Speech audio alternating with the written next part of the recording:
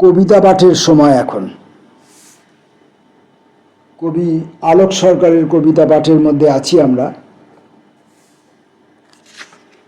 হিমপ্রহর হিমপ্রহর এই কাব্যগ্রন্থ থেকে আমরা আলোক সরকারের কবিতা পড়া শুরু করব। আজকের প্রথম কবিতা সেই দুটি পাখি। পোড়া বাড়িটার মলিন ছাদের পশ্চিম কোণে ছিল সেই দুটি পাখি। দেবতা তাদের রোজ ভোরবেলা উঠে কি করে উঠতে হবে এই সব কথা বলতেন। সেই দুটি পাখি বড় হলো, তবু আমার সময় আজও সেই দুটি পাখি।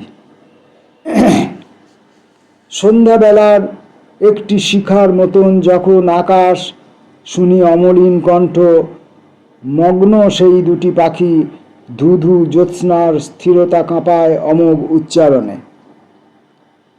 এইদিকে ঘর, ওই দিকে বাঁশবন, পাশে খড় মাঠ প্রস্তুত নিস্তব্ধ।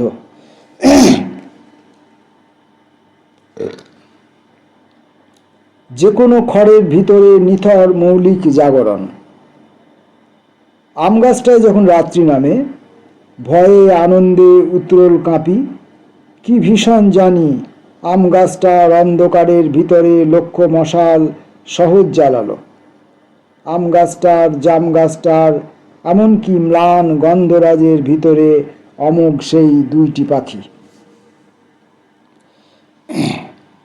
পরের কবিতা তমসা। দুই হাতে চাল ছড়ালেই সেই পোড়া বাড়ি থেকে 10-20 জন পায়রা আসত।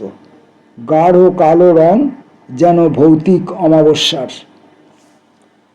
রোজ ভোরবেলা উঠে দুই হাতে চাল ছড়াতুম, আর সারাটা আকাশ চিরে ফেটে গিয়ে আলো হতো চারিদিকে। 10-20 জন পায়রা, অমোঘ নিঃসীম উচ্ছ্বাস।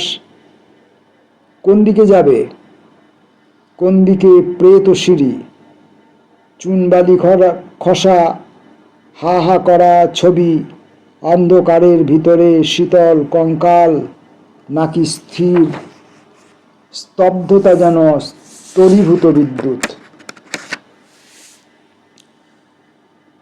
আলো যত বেশি তত মুঠো মুঠো চাল ছড়াতুম।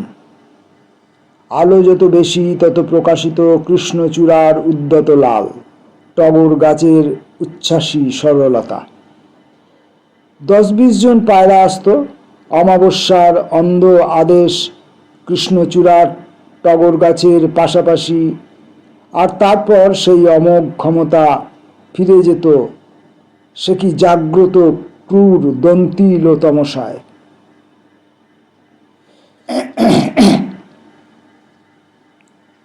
পরের কবিতার নাম ঈশ্বর। শিশুদের খেলা আম গাছটার তলায়, এলোমেলো খেলা। বিকেল অনেক হলো, শিশুদের খেলা স্বতঃস্ফূর্ত অচরিত ঘনতায়। অদৃশ্য নদী বনান্তরের বিশাল। বিকেল বেলায় মালতী হয়েছে জাগ্রত অবহেলা। সহজ সাজেই বাগানে দাঁড়াও। আমিও সহজ পোশাকে বাগানে এসেছি। যে কোনো পথেই সান্ধ্য ভ্রমণ, রাখবে না খোঁজ কোনো দিকে, কোনো দিঘি কোথায় নদীর সুদূর। কেবল আত্মবেশী স্বতঃস্ফূর্ত যাওয়া, আরও বেশি বিশুদ্ধ কল্পনা। শুধু সুশোভন প্রস্তুতি, শুধু অলক্ষ্য বিবেচনা, ভাবময়তার একক। ঈশ্বর ক্রমপরিণত। নীল আমগাছটার তলায় অমল শিশুর কণ্ঠ, অমল আমাদের সাহজিক অনির্দিষ্ট ভ্রমণ। হিমগাছটার পাতার আড়ালে মুখ নির্মাণ অনিকেত তন্দ্রায়। কবি আলোক সরকারের কবিতা পাঠের মধ্যে আমরা রয়েছি। হিমপ্রহর কাব্যগ্রন্থ থেকে কবিতা পড়ছি। পরের কবিতাটি শ্রমময়তায়। হিমপ্রহর কাব্যগ্রন্থটি কবি সমরেন্দ্র সেনগুপ্তকে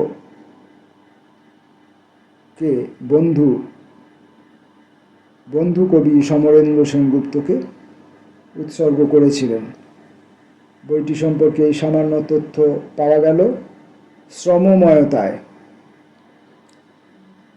ফুল তোলবার জন্য সকালবেলায় ঘুম থেকে ওঠা। বাগান অনেক দূরে, এলোমেলো পথ, উঁচু নিচু, ঝরা হলুদ পাতার নিস্পৃহ ধ্বনি, পুরনো দিঘির থেমে থাকা জল। কত তাড়াতাড়ি ঘুম থেকে ওঠা, পোশাক বদল, সমস্ত রাত স্বপ্ন ললিত আলোড়ন, যেন প্রতীক্ষা, প্রস্তুতি, মেঘময় প্রস্তুতি। এখন অনুজ্জ্বল গ্রামের সীমার দোপাটি, টগর নিরক্ত সংবাদ, মেঘময় রীতি। সবুজ ডোবার ভিতরে একটি রক্ত শালুক, অসম্পৃক্ত দ্যুতি। বাগান অনেক দূরে, সারাদিন মৌমাছি ভ্রমরের প্রতিবাদহীন শ্রমময়তায়। কেবল একটি রাত্রি, একটি শিখার, একটি প্রেমের, আর কত দ্রুত পোশাক বদল সকালবেলায়। পরের কবিতা নির্মাণ। ঘুমের মধ্যে হাজার আলোর ছবি ছিল, জেগে উঠে আমি তার প্রীত স্মরণ চাই না। আমি জামা পরে বেড়াতে বেরোই, ভাঙাচোরা পথে, কখনো বকুল ছড়ানো, কখনো দিঘির জলের উপরে তামসী আলো। আমি সব ছবি মন দিয়ে দেখি। আমি বেলা করে বাড়ি ফিরি, ছোট ঘরটায় নীরবে একলা বসি। শিউলিগুলোকে মেশাই বকুল গন্ধে, কখনো দিঘির জলের তমসায় ভরি বকুল। এই খেলা সারাদিন। দেখি অনন্য বর্ণ, সপ্রতিষ্ঠ গন্ধ আমার নির্মাণ। সমস্ত দিন আমি তার সম্মোহে। পরের কবিতা অবিমিশ্রতা।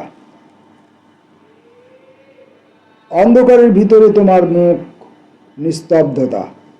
অন্ধকারের ভিতর ধ্বনি হলো নীল, অবিমিশ্রতা।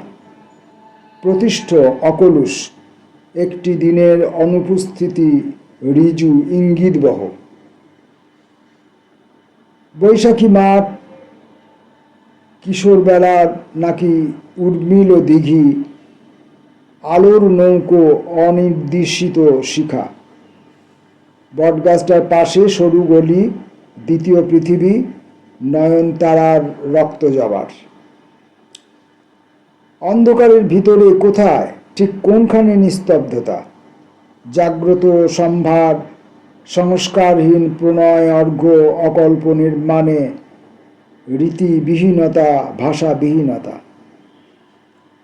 আর ধ্বনিময় অনুপস্থিতি, একটি আকাশ, একটি মাটির শ্যামলীন জাগরণ, ইঙ্গিত ঘন স্পর্শময়তা, অমিশ্র উদ্ভাস।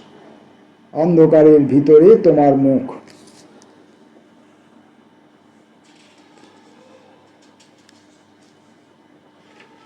আলোক সরকারের এবারের কবিতাটির নাম চোখ। মৃত পাখিটির শুশ্রূষা করেছিলে।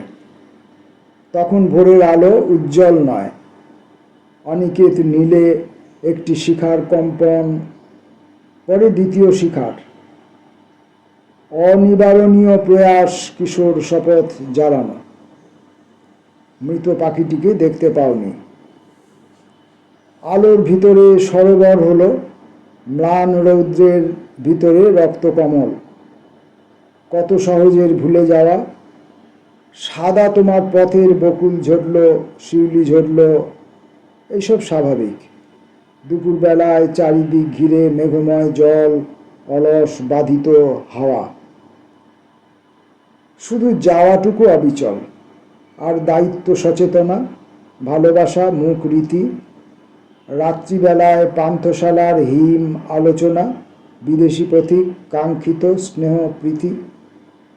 কেবল একটি মেঘের বিরতি, স্পন্দিত অনালক, শ্লথ খণ্ডিত মেঘ, বাকি যাবতীয় মৃত পাখিটির চোখ। আজকের মতো আলোক সরকারের শেষ কবিতাটি পড়ব। শেষ কবিতাটির নাম প্রথম। পুরো বাড়িটায় অপেক্ষমান ধ্বনি, মুখ অপেক্ষা। দুপুর ঘোষিত নীরব। শঙ্খচিলের দীর্ঘ বক্ষ, কীর্ণ উজ্জীবনী, বটগাছটার কালো দিঘিটার জাগ্রত দাবি প্রতি মুহূর্ত প্রকাশিত বাস্তব। আবৃত আধার সাপের, কখনো তমসা নীলিন বধির পায়রা বাদুর, ভাঙা থামটার নিষ্পৃহ সাদা মেঘময় সমাসীন দুটি জানলা, একটি দরজা, সবই স্বাধিকার, স্মৃতিবিহীনতা, আশাবিহীনতা, অকপট প্রস্তুত।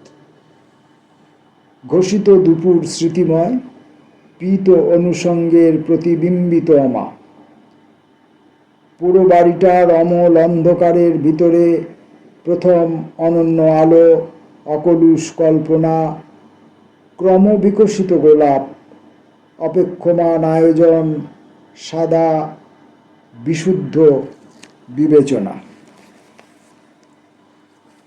কবিতা পাঠের সময়ে আজকের মতো আলোক সরকারের শেষ কবিতাটি পড়লাম। আসবো পরের দিন পরের কবিতা নিয়ে।